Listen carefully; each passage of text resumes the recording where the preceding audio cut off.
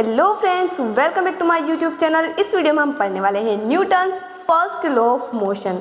लेकिन गाइस उससे पहले एक छोटी सी बात हो जाए। गाइस कमेंट में बताना क्या मैं अच्छा पढ़ाती हूँ ना।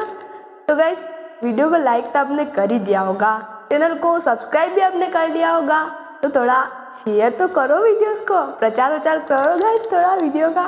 तो गाइस चलिए बढ़ते हैं हम टॉपिक की तरफ। तो हमारा न्यूटन का फर्स्ट लॉ क्या कहता है?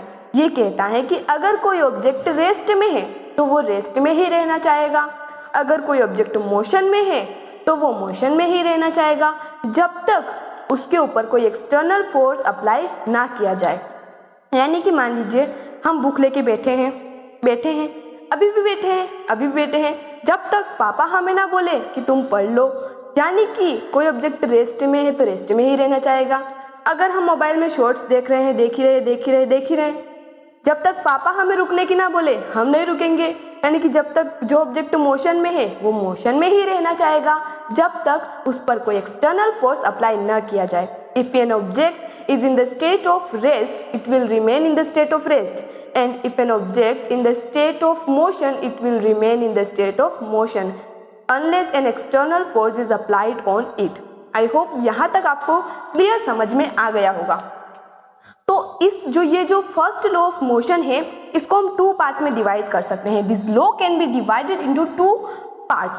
कौन कौन से? इससे हमें एक तो पता चलता है लॉ ऑफ इनर्शिया और दूसरा हमें पता चलता है definition of force. Law of inertia कहता है कि कोई ऑब्जेक्ट अपनी इच्छा से अपनी पोजीशन को चेंज नहीं कर सकता। जैसा कि हमने इसमें देखा कि कोई ऑब्जेक्ट जिस स्टेट में है वो उसी स्टेट में रहेगा। इसका मतलब क्या हुआ कि वो खुद से अपनी पोजीशन को चेंज नहीं कर सकता है। और इसका जो सेकेंड पार्ट है यानी कि डेफिनेशन ऑफ फोर्स, तो इससे फर्स्ट लॉ से हमें फोर्स की क्या डेफिनेशन मिलती है? ये कि फोर्स एक ऐसा एक्सटर्नल कोज है जो किसी ऑब्जेक्ट की पोजीशन को चेंज कर सकता है, यानी कि रेस्ट से किसी ऑब्जेक्ट को मोशन में ला सकता है और मोशन से किसी ऑब्जेक्ट को रेस्ट में ला सकता है। जैसे कि जब हम बाइक चलाते हैं तो उसके टायर घूम रहे हैं, वो आगे बढ़ रही है, यानी कि एक तरह से वो बाइक क्या है, मोशन में है, और वो तब तक नहीं रुकेगी जब हम ब्रेक ना लगाएं। तो ब्रेक क्या है? एक तरह से एक्सटर्नल फोर्स है जिसकी वजह से जो बाइक मोशन में थी वो क्या हो गई, रेस्ट में हो गई। तो आई होप गाइस आपको समझ आया होगा। मिलते हैं अगले वीडियो में नए टॉपिक के साथ, और ऐसे ही वीडियोस के लिए हमारे चैनल को सब्सक्राइब करना ना भूलें। मिलते हैं अगले वीडियो में, धन्यवाद।